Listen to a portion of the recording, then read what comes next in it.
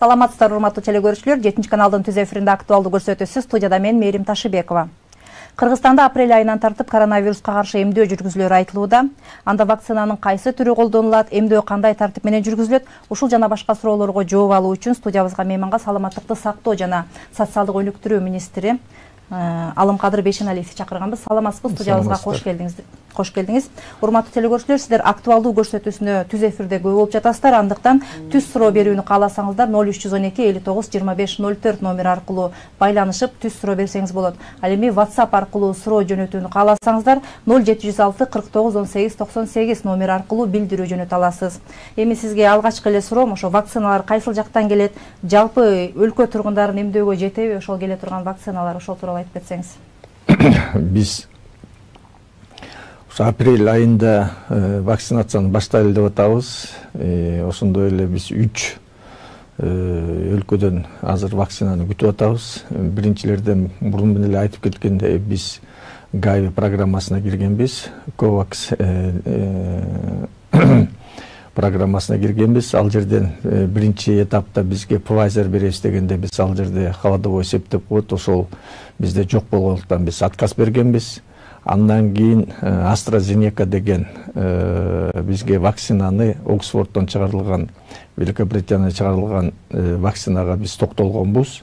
Себеби дегенде ал биздин холодильниктер болгон үчүн аны биз сактай алат элек. Эми үчүн дегенде 18 градустарда сакталат эле. Аны биз сактай алган үчүн ушул AstraZeneca деген вакцинага заказ бергенбиз. Мурун мен биринчи айтып жүргөндө 1 миллион 200 доза бермек, бирок биз ар кандай сүйлөшүүлөрдөн аларды биз көбөйтүп 2 миллион 600гө жеткиргенбиз. Ушул март айында AstraZeneca бизге келмек. Биз анан апрелде уже баштайлы деп атканбыз. Бирок акыркы 10 күнүн ичинде Европада көп мамлекеттер AstraZenecaдан токтотуп коюшту.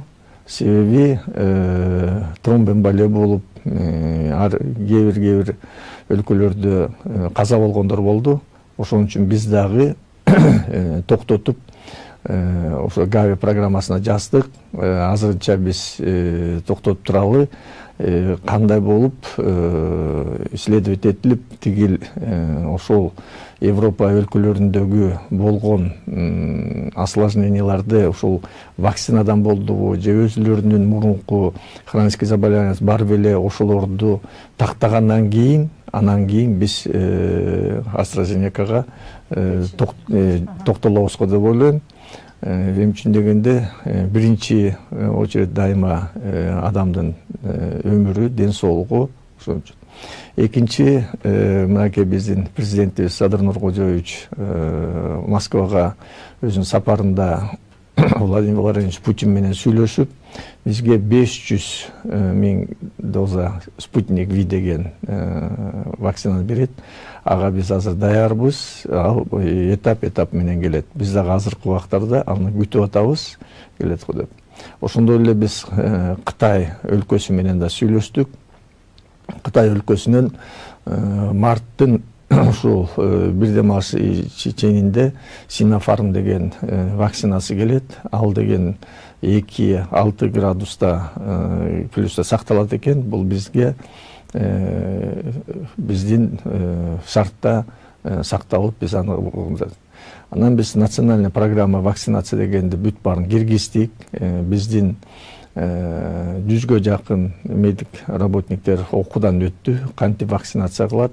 Биз медиктер азыр биринчи очередь каякта, кайсы жерде кылабыз, баардыгы уже даярбыз. Вакцина ушул мартта келсе, апрелде баштайлы деп атабыз. Апрелдин 1-нен баштап башталат болуш керек, Ушул келер менен эле ушул мартта келип калат, анан баштайлы деп атабыз. Буга чейин ошо кары-картаңдар менен балдарга бекер жүргүзүлөт эмдөө деп айтты эле. Ошол эрежелер сакталабы же бул ирет башкача эреже болобу? Азыркы кезде бизге алып аткан Россиядан тиги Gavi программасынан, анан Кытайдан келгендер, бул гуманитарный помощь, ошол вакциналардын баардыгы бекер болот. Бирок бизге азыр частный компаниялар кайрылып атышат. Бизге дагы бергиле, фармацевтический фирмалар бизге бергиле, биз башка вакцинада эле грипптикиндей кылып эле ошол тиги акчасына кылалы деп атышат. Биз ал жагын дагы ойлонуп атабыз. Акчасына кылганда, демек алар өзлөрүнүн акысын кошушат, бирок вакцинанын бекердиги ошол бойдон кала берет баасы, Бек. Негизи ошол вакцина алыш үчүн бардык эле адамдар кайрылса болот экен, алар каяка кайрыла алышат? Жергиликтүү үй бүлөлүк дарыгерлер борборлорунабы? Азыр национальный программа менен ойлоп чыкканда биринчи болуп бул медиктер алат, мугалимдер алат, пограничный службада иштегендер алат.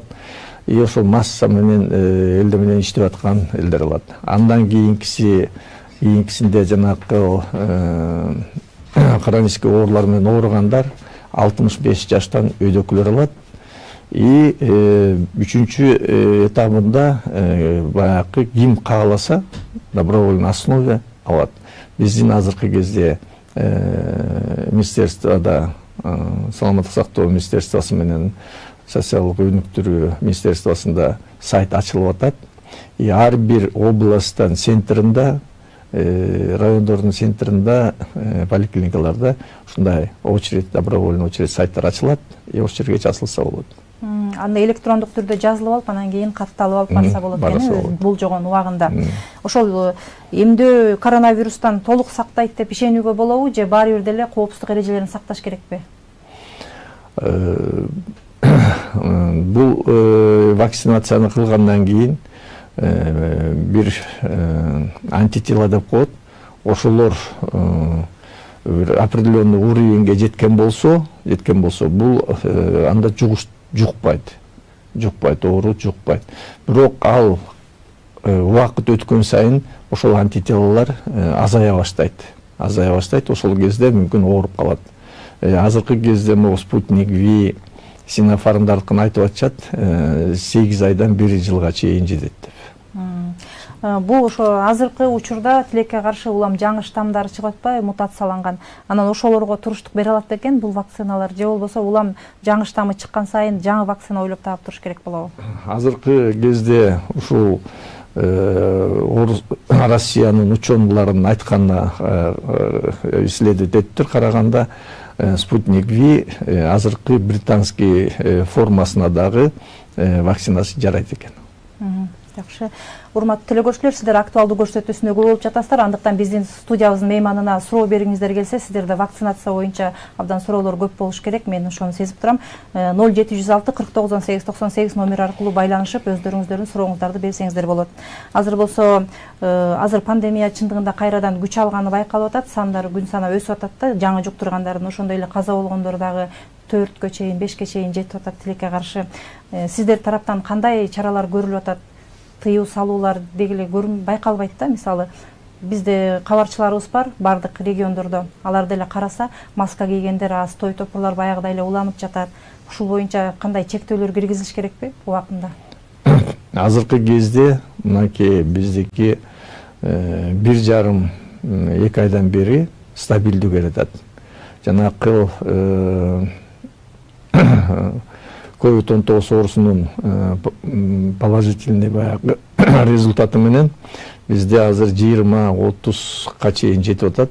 И биздики дагы пневмонияны кошкондо 40га 50ге жетип атат. То есть уровеньде биз кармап турабыз. Себеби кээ бирде жана пневмония көбөйүп кеткенде ал причинасын ковидтин пневмониясыбы же суук тигени пневмониясы болуп ошондон кичине көбөйүп атат. А жанагы ковид ПЦР анализ бергендердики ал жердики карап көрсөңүздөр көбөйгөн жок. Биринчиден, экинчиден биз баягы алгоритмди киргизген алгоритм ошол бойдон сакталып атат. Масканы, дистанцияны кармаш керек, и колду жакшылап жууш керек дегенде биз бардык жерге киргизип, азыркы кезде биздин санврачтар, эпидемиологдор бардык жерде текшерип атышат. Байкагандай көп жерде бул алгоритмди сактабай калышты. Биз телевидениянан дагы бардык жерден азыркы кезде айтып атабыз, сакташ керек. Себеби бүгүнбү эртеңби же кайсы бир күнү жаңы штампы келип калса, анда кайра ооругандар дагы кайра ооруй баштайт. Ошондон камсызданып туруш керек. Буга чейин ошол биз абдан оор кырдаалга кабылып, бизге чоң сабак болду эле да. Бирок азыр деле сизди байкасам, ошо мурунку эле калыбында кармалып турат деп мындай эч тынчсызданбаган сыяктуу көрүнүп атасыз. Ушундай абал кайрадан ооруну күчөшүнө алып келбейби? Кандайдыр бир оор чара көрүш керек деп ойлойсузбу? Жарандарыбызга деле мисалы. Биздин жарандар, кыргыздын жарандары 1 жылдан бери ушул маска кийип, конокторго барбай калып, чоң аталар, чоң апалар өздөрүнүн небелерин, балдары менен мурдакыдай болуп катташпай калгандан чарчаштыгы деп атам. Ошон үчүн көбү маска кийбей эле, көбү конокторго барып, той-тойлорду кыла башташты да. Бул чараны жанакында болуп көбөйүп кетишин токтотуш үчүн бир эле жолу бар. Бул биз батыраак вакцинацияны киргизели деп атабыз. Батыраак вакцинацияны киргизсек, элибиздин бир 70%-ин ушул вакцина менен коллективный иммунитет деп коет, ошону кылып алсак, мен ойлойм, анда мурдакыдай эле коркпой эле той-тойлордо, сабактарда окуп, чоң аталар менен чоң апалар конокторго барып, неберелерине менен катташа башташат го деп атабыз. Мына азыр алдыда шайлоо да келет атат, шайлоо өнөктүгү үгүт ишти. Азыр бизде телефон чалып бар экен. Урматтуу телекөрүүчү, саламатсызбы, угуп жатабыз. Сиз эфирдесиз. Той-тойлордо, сабактарда окуп, саламатсызбы, угуп жатабыз. Сүйлөй бериңиз, токтобой. Чоң апалар конокторго барып, неберелерине менен катташа башташат. Угуп атабыз, сүйлөй бериңиз. Мына азыр алдыда шайлоо да келет атат, үгүт ишти. Азыр бизде телефон чалып бар экен. Урматтуу телекөрүүчү, саламатсызбы, угуп жатабыз. Сиз эфирдесиз. Той-тойлордо, сабактарда окуп, саламатсызбы, угуп жатабыз. Сүйлөй бериңиз, токтобой. Чоң апалар конокторго барып, неберелерине менен катташа башташат. Угуп атабыз, сүйлөй бериңиз. Мына азыр алдыда шайлоо да келет атат, үгүт ишти. Азыр бизде телефон чалып бар экен. Урматтуу телекөрүүчү, саламатсызбы, угуп жатабыз. Сиз эфирдесиз. Той-тойлордо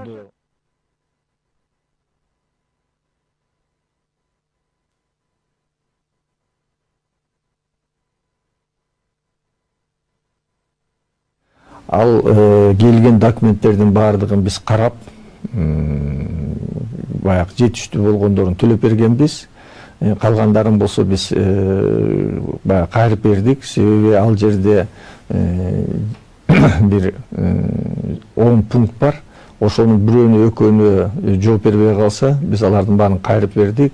Алар деген ошол өзүнүн иштеген жеринде, ошол жерден кайра толтурат, эгер туура болбосо. Же болбосо ошол биз берген замечанияларга жооп бере албаса, аларга биз төлөп бере албайбыз.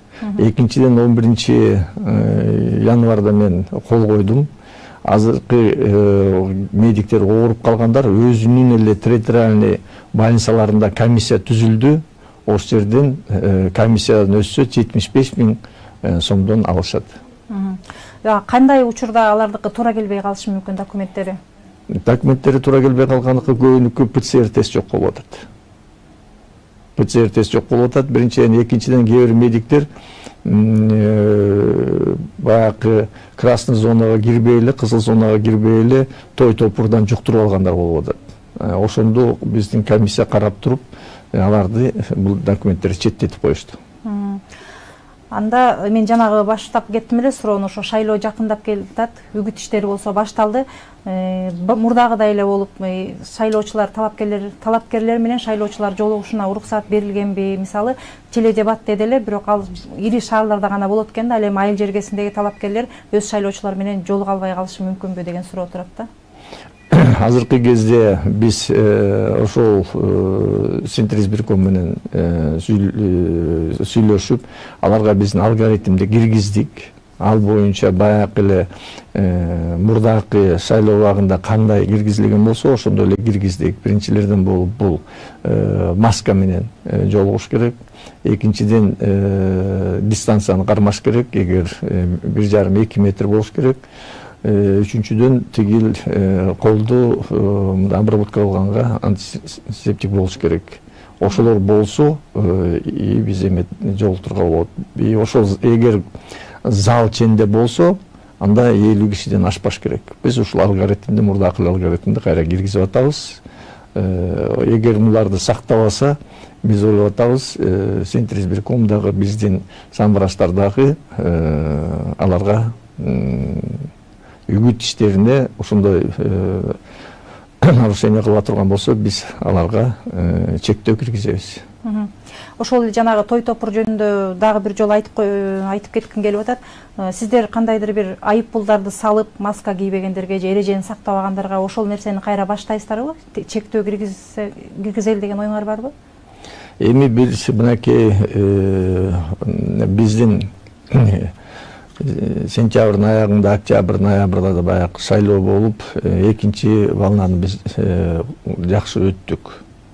Жакшы өттү, себеби мурдакы биринчи волнадагыдай көп ката кетирген жокпуз. И дарылаганды да үйрөнүп калдык. Ошон үчүн үчүнчү волнасы келе турган болсо, бардык чектөөлөрдү ошолордун баарын киргизебиз. Киргизүүгө аргасыз болобуз. Азыр болсо ошол айрым жерлерде жасалма ПЦР тестин сатып жүргөндөр кармалды деген маалымат чыгып атат. Бул кандайча болду? Сиздер тарабынан көзөмөлдөнөбү ушундай нерселер? Эми бизге ошол ПЦР тесттин кээ бирлерин жасалма түрүн жазып сатып жүрүшөт дегендерди уктук. Бирок эми ал биздин өзүбүздүн мамлекеттик лабораторияларга алынбайт, себеби биз мамлекеттик лабораторияга текшерилгенди гана алабыз. А бул частный фирмалар болсо, алар болсо ошол каякта арзаныраак болсо ошолор ПЦР тесттерди сатып алып ошо кылып атышат. Биринчиден, экинчиден биздики азыр эми компьютеризация абдан мындай өнүккөндөн кийин көбү бланктарды сатып жүрүшкөн экен. Аны биз правоохранительный органдарга бердик. Алар мен ойлойм чара көрсөтүп го деп.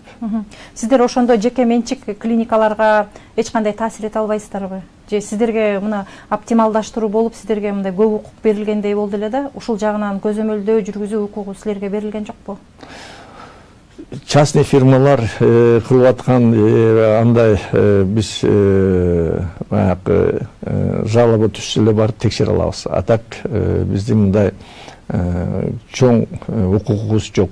Аларды текшерип, кайсы убакытта барып текшерип, жаап коюп эметкенге биздин министерствонун укугу жок. А ушул ПЦР тест сатып жүргөн, жасалма сатып жүргөндөр боюнча сиздерге арыздаттануу түштү деп түштү да, Жок, ошолор түшкөн экен, биз правоохранительдик органдарга сунуштадык. Алар мен ойлоп атам, кандайдыр бир чечимин чыгарат го деп. Ошондой эле азыр интернетте видео тарап атат. Мындай капсула дарыларды сатып атышыптыр. Анын ичин ачса эч кандай дары жок, бош чыккан учурлар бар, мык же болбосо ийне чыккан учурлар бар болуп атат да. Ушундай нерселерге сиздер тарабынан чара көрүлөбү? Мисалы келип аткан дары-дармектерди текшерип дегендей. Июнь айында билесиздер, катуу пандемия болгондо дары-дармектер жетишпей калган. Ошондо өкмөттүн постановлениясы бар. Чтобы бардык эле ким алып келе ала турган болсо ошолорго уруксат берилген да, берилген. Ошол алып келгендер биздин саламаттык сактоо министерствосунда өзүнүн департаменти бар, лекарственное обеспечение деген. Ал жерден алар баягы анализди өтпөй эле рынокко чыгып кеткен. Ошондо биз азыр көрүп атабыз, ошолорду азыр ошол ким алып келгендерди деп биз текшерип көрсөк, чоң фирмалар алып келбейт экен аны. Аны баягы частныйлар өзүнүн сумкаларына салып алып баягы бизнес кылыш үчүн ошондой дефицитный дарыларды алып келип алып ичинде дары эмес эле башкалар болгонун сатып атышат. Биз дагы ошол боюнча азыр иштеп атабыз. Азыр жанагы вакцинация боюнча кызыгып сурагандар бар экен. 41-38 менен аяктаган абонент жазыптыр. Саламатсызбы, кызым 10 айда, бала эмизген энелерге вакцина алынабы дейт. Эгер тиги кызы 18 жаштан өйдө болсо, ал алынат. Дагы бир суроо келиптир. 94-44 менен аяктаган абонент. Вакцинаны алып келип өзүбүзгө чыгарса болбойбу? Кыйла арзан түшмөккө. Шайлоодо ошончо адам жүрдүк, эч ким эч нерсе болгон жок. Коронавирус баарыбызга эле жугуп, оор жана жеңил түрдө өтүп болду. Бекер казынаңарды акчаны кетире бербестен карыздарды кутулуп койсоңор болмок, же колунда жокторго үй салып бергиле дейт. Азыркы кезде COVID-19 менен ооругандардыкы, жаш өспүрүмдөрдүкү ошол жеңил өтүп кетти. Жеңил өтүп кетишти, бирок кээ бир хронический оорулары барлар, иммунитети ослабленныйлар, көбү билесиздер, катуу оорушту. Биз ошондон көп адамдарды жоготуп алдык. Ошол азыркы кезде жаңы мутированный формасы келсе, ал мурдакы COVID-19 мурдакы формасына караганда дагы агрессивный болуп катуу өтөт экен. Ошол келип биз анын алдын ала көрбөсөк, вакцинация кылып адамдардын иммунитетин көтөрүп койбосок, мурдакы 20-жылдагы жоготуулардан да көп жоготууларга учурайбыз. Айрымдар мисалы вакцина алуудан баш тартышы мүмкүн ар кандай себептер менен, кээ бирлер шарият жолунда жүргөндөр же болбосо ар кандай себептер менен, же кооптонушу мүмкүн, жанагындай оорулар чыгып, адамдар каза болуп калып аткандыктан ошентип вакцина албай калгандар, бирок алар деген той топурларга барып көчө кыдырып жүрө берсе, бул коркунучтуу болобу? Биз вакцинацияны добровольный основе кылабыз да. Адам деген өзү каалап, өзү каалап келип вакцинацияны алыш керек. Ошон үчүн биз азыр вакцинацияны баштагандан кийин элдерге түшүндүрүү жолун баштайбыз. Бул вакцинация эмнеге керек экенин. Эми үчүн дегенде билесиңер, көп оорулар, полиомиелит, башка оорулар, мынакей гриппта быйыл баардыгы айтып атышат, аз болду деп. Себеби биз дагы ошол противогриппозный вакцинацияны көп кылгандыктан адамдар дагы грипп менен бул кышында көп ооруган жок. Ошону биз элге жеткиребиз. Мен ойлоп атам, элдин түшүнүгү болсо баардыгы эле качпай алышат. Азыр ошондой түшүндүрүү иштери жүрүп жатабы? Азыр түшүндүрүү иши жүрүп жатат. Азыр могу вакцинация башталгандан кийин биз аны күчөтөбүз. Ар бир райондо, ар бир мектепте, ар бир учрежденияларда биздин врачтар барып түшүндүрүп, и ушундай эле телевидениеда реклама бүт баарын кыла баштайбыз. Мына биздин президентибиз чет өлкөлөргө, коңшу мамлекеттерге барып атат, мамлекеттик иш сапары менен. Кандай ийгиликтерге жетишип кайтып атат? Ошо медицина тармагында, саламаттык сактоо тармагында кандай келишимдер болду? Соңку эле Өзбекстан менен болгон сапары тууралуу да айтып кетсеңиз. Өзбекстанга биз сапарга барганда азыркы кезде баардыгы эле айтып атат, абдан жакшы болду. Себеби мурунку президенттерди мындай тосуп алчу эмес экен. Мен ошол жерде ошол официальный визитте делегация болуп бардым, көрдүм. Маанилер абдан жакшы.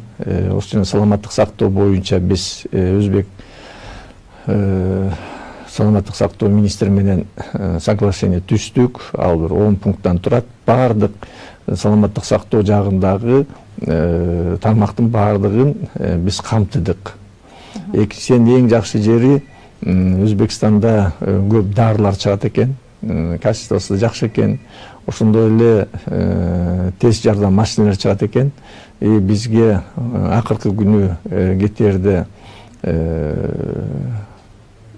Өзбекстандын президенти Шавкат Мирзиёев Садыр Нуркожоевич Жапаровго 20 тез жардам машинесин берди. Биз ошол жерден эле бөлүштүрдүк. Ар бир областка 2ден берип, шаарларга да 2-ден берели деп ошого чечтик. Эми үчүн дегенде ал жерде жаз суу бар экен, тиги Өзбекстандын элинен Кыргызстандын элине тез жардам машинеси подарок берилди деген. Биздин элдер да көрүп, мынакей биздин кошуна өлкөлөрдөн кандай жардам келип атат деп. Ошол машина тез жардам унааларын алып кубанып турабыз. Эми ошо Өзбекстанда барып абдан жакшы өнүккөн жактарын көрүп келиптирсиздер. Кандай үлгү алса болот экен, мисалы медицина жаатында?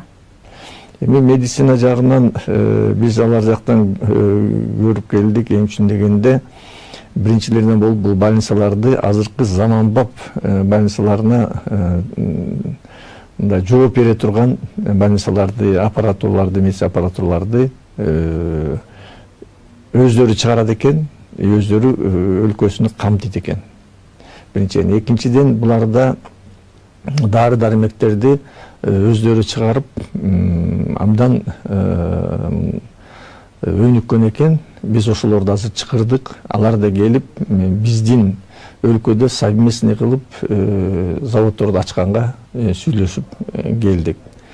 И башка жактардын дагы жанагы медицинский аппаратуралардын бүт бардыгы ошол совместный предприятие экен. Мисалы алсак, Samsung менен Өзбекстандыкы, ошол эле Япониядагы же болбосо Кореядагы чоң фирмалар менен Өзбекстандын фирмалары чогуу, Өзбек өлкөсү чогуу ачкан экен. Биз мурун көрүп жүргөн Япониядан чыкты же болбосо Кореядан чыкты деп жүргөн көрсө, ошо Өзбекстандан эле чыгып аттыр дагы. Samsung деген эмесин коюптуруп эле бизге алып келип аттыр. Биз ошолордун баардыгын заводко барып, шашпай Садыр Нуркожоевич баардык ошол заводдордун кантип чыгып атканын бизге баарыбызга көрсөттү. Биз да ошондон үлгү алышыбыз керек. COVID-19 боюнча аларда кырдаал кандай экен жана аларда күрөшүү ыкмасы кандай болуп атыр? Эл кандай кабыл алат экен? Ошол тартипти сактоо жагын алар көңүл бурат экен? Тартипти сактоо жагында алар көңүл бурат экен. Себеби ачыгын эле айтып коюш керек. Аякта тартип кичине күчтүүрөөк экен бизге караганда. Биз жолуккан жерге барганда же болбосо баягы базарга жолго баратканда карап аттык, бир 90% маскачан жүрөт. Кээ жерде 100% маскачан жүрүшөт. Бизге дагы ошондой элибиз ошондой нерседен үлгү алса деп тилек кылабыз. Азыр болсо сизден сурайын деп турганым, социалдык өнүктүрүү министрлиги менен сиздердин министрлик биригип бир иш алып бара баштады. Азыр кандай иштер жүрүп жатат бул боюнча? Анан штаттык бирдиктер жоюлабы же болбосо тескерисинче көбөйгөн табы кошулуп, ошол тууралуу айтып кетсеңиз. Азыркы кезде саламаттык сактоо министерство менен социалдык өнүктүрүү министерствосуна ФОМС деген кошулду. Бул деген биздин эле өзүбүздүн эле медицинадагы эле баягы акча бөлүштүрө турган жагы болчу. Мурун болсо чогуу эле жүргөн. Экинчи, социальное развитие деген министерствода биз иштеген эле иштерди дагы алар да иштешчи. Эми үчүн дегенде ошондой эле психоневрологический диспансерлер аякта да бар болчу, саламаттык сактоо министерствосунда бар болчу. Ошондой эле тиги инвалидтер менен биз медиктер да карап, медиктер да күрөшүп, тияк жакта ошол эле социалдык өнүктүрүү министерствосунда көп медиктер иштечи. Бири биз мындай кайталап турчубуз да. Ошол жагынан биз азыр кыскартууларды киргизип атабыз, жаңы эмелерди киргизип. Мынакей эң эле чоң иш бул азыркы кезде биздин жарандарыбыз көп өлкөлөрдө балдар калып калган. Ошолорду кайтаруу боюнча ушул бириккенден баштап биз иштей баштап, мынакей 3 күн 4 күн болуп калды. Ирактан 79 баланы алып келдик. Бул дагы абдан чоң, эми үчүн дегенде медиктер барып, ошолордун ден соолугун карап, биргеликте башка министерстволор менен чогулуп азыр алып келип барын текшерип жатабыз. Кээ бир жерлерде оорулар бар колдорду муну биз эмеге медиктер ошол жерде туруп карашып, психиатрлар, психоневрологдор иштеп атышат. Бул боюнча мен ойлоп атам, ушул тармакты бириктирген туура эле болду. Эмне үчүн дегенде биз эми чогуу иштей баштайбыз, бири-бирибизди кээ бир иштерибизди кайталабайбыз. Ушул биригүү оптималдаштыруунун натыйжасында тармактагы коррупция менен күрөшүүгө кандайдыр бир шарттар түзүлөт бекен? Мисалы дары-дармек боюнча өзүнчө департамент бар эле, ал жакта да коррупциялык иштер тууралуу көп айтылат эле да, схемалар бар экени тууралуу. Эми эң эле чоң проблема ушул департамент лекарственного обеспечения деп койчу, аякта дагы биз коррупцияны токтотолу деп күрөшүп атабыз. Аны күрөш үчүн электронный здравоохранение киргизип атабыз. Ошол дары границаны өткөндөн баштап адамга жеткенге чейин электронный таблодо туруп турат. Эч ким аны ага кошуп же болбосо үстүнө дагы акчаны кошуп же болбосо ошол жерден тиги лицензия алыш үчүн бир акча берип андай кылбайт. Эмне үчүн дегенде ал бүт баардыгы ачык айкын электрон таблодо болот. Ошого биз мен ойлоп атам, жетсек ошол коррупцияны биз токтото алабыз. Жанагы ошол эле капсуланын ичинде мыктар темир тезектер болуп атканы ошонун баары дары-дармек департаментинде каралчу беле? Жок, ал жерден каралгандар, анализден өткөндөрдү анда жок. Мен жана айтып кеттим го, 20-жылы пандемия убагында баардык эле ошол өкмөттүн токтому менен уруксат берилип калган. Ошондон анан чемодан менен алып келгендер, ошондойлорду баягы жасалма арзаныраак кылып алып келгенде элдер ошо арзан экенде ошону сатып алып ачып караса болот. А так чоң аптекаларда ошол биздин министерстводон анализдерден өткөндөрдө андайлар жок, биз баардыгын текшерип чыктык. Азыр бизде жарандардан вакцинация боюнча абдан көп суроолор келип атат. 16:00 менен аяктаган абонент жазыптыр. Вакцинага акча төлөнөбү, канча сом деген суроо бериптир. Мен жана айтып кеттим, азыркы кезде биз гуманитарный помощь менен алып атабыз. Алардын баардыгы бекер кылынат. Дагы бир суроо экен, 9159 менен аяктаган абонент. 2020-жылдын ноябрь айында келинчегим красный зонага барып келип, ковид менен ооруду эле. Медсестра болуп иштейт. Бишкекте документтерди топтоп алып барсам, 11 февралдагы приказ менен документтер кайра каралып алынат деди.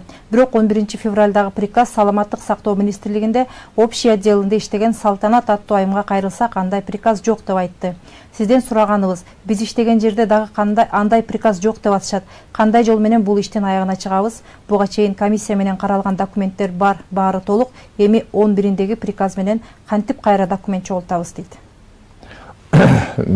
Ар бир биз областтын координаторлоруна, главврачтарына, бүт барына ошол чыккан, мен кол койгон приказды жеткирип бергенбиз. Бүгүн дагы ошол эфирден кийин мен дагы ар бир главврачка жеткирип сураштырам. Себеби көп жерде азыр иштей башташты. Ар бир больницада өзү комиссия түзүп, жана айтып кеткендей комиссия түзүп, эгер документтердин бүт бардыгы туура чыгып аткан болсо 75 миңден төлөп берилет.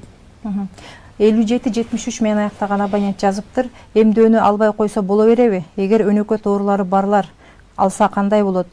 Же кайра көбөйүп кетеби вакцинага колго каршы дейт. Эми мен дагы айтып коеюн, эмдөөнү биз добровольный основа өткөрөбүз. Эгер эмдөөнү алгысы келбегендерди биз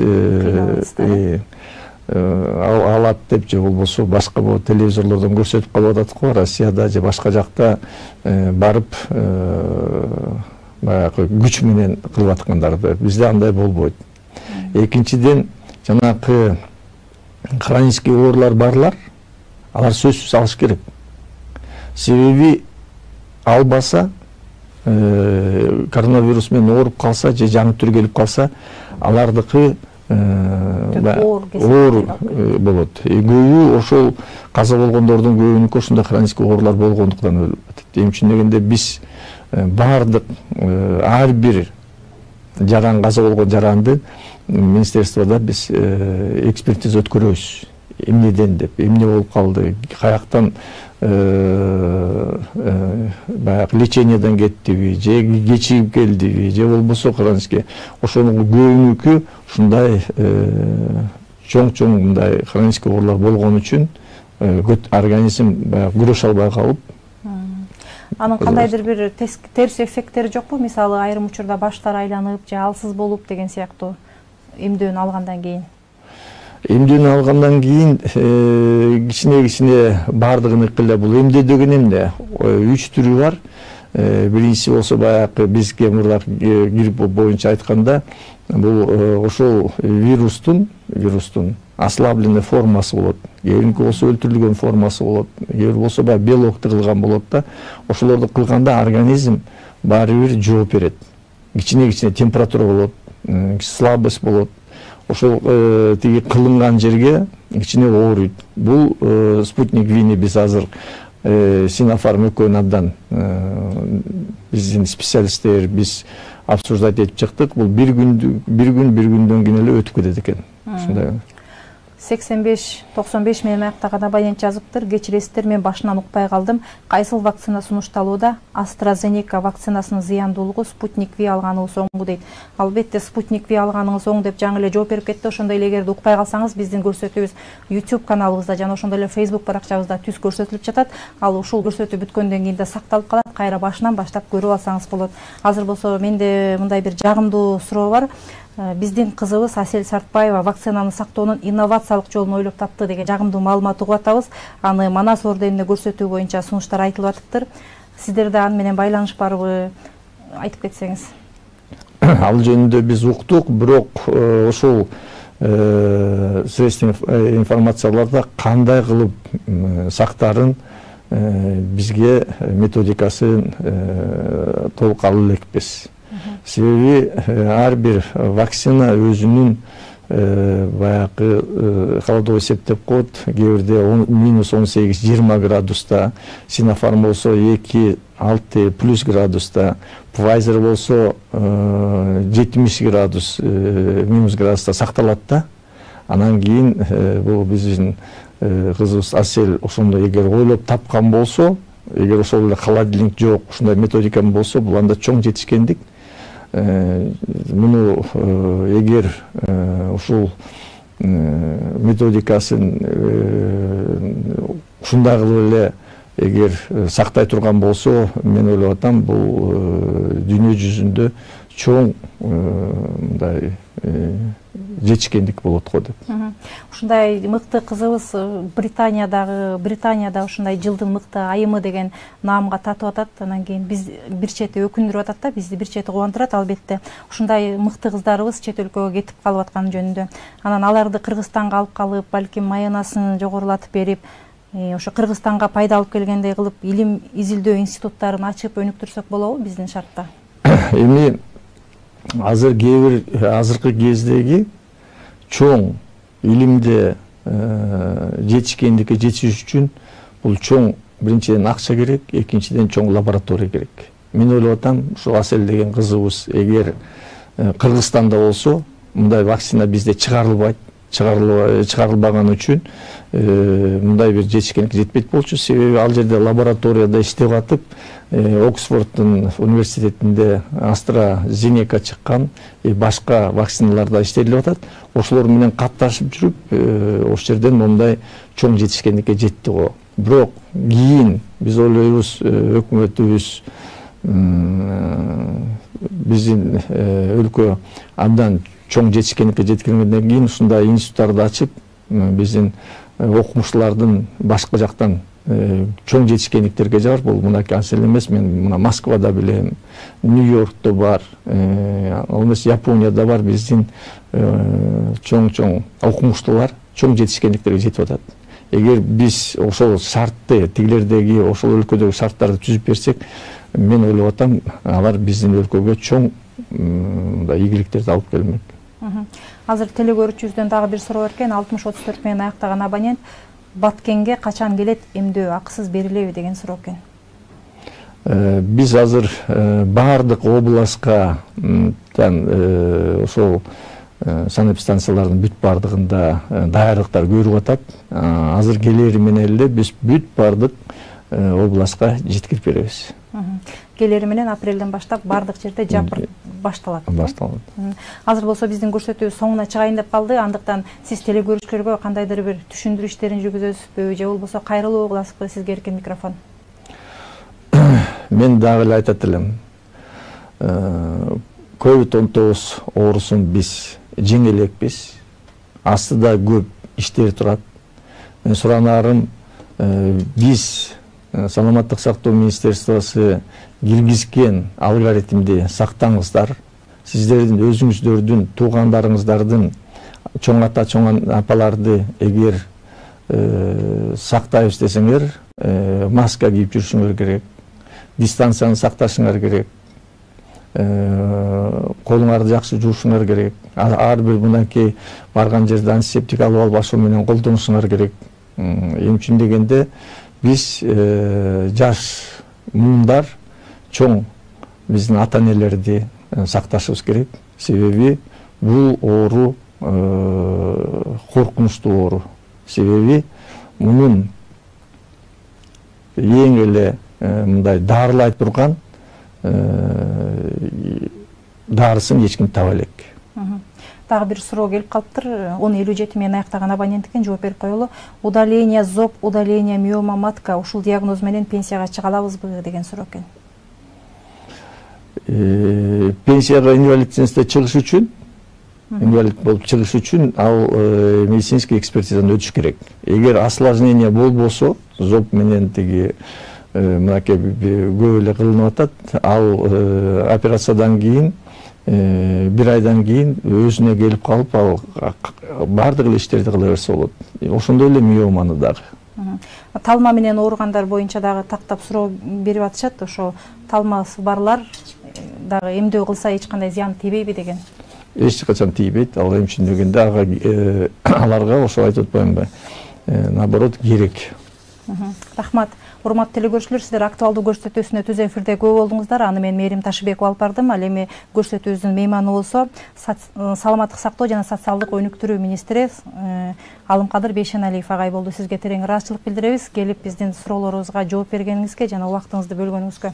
Азыр болсо урматтуу теле көрүүчүлөр, мен сиздер менен коштошом. Кайрадан эфир аркылуу жолугушканча саламатта болуңуздар, бизден алыстабаңыздар.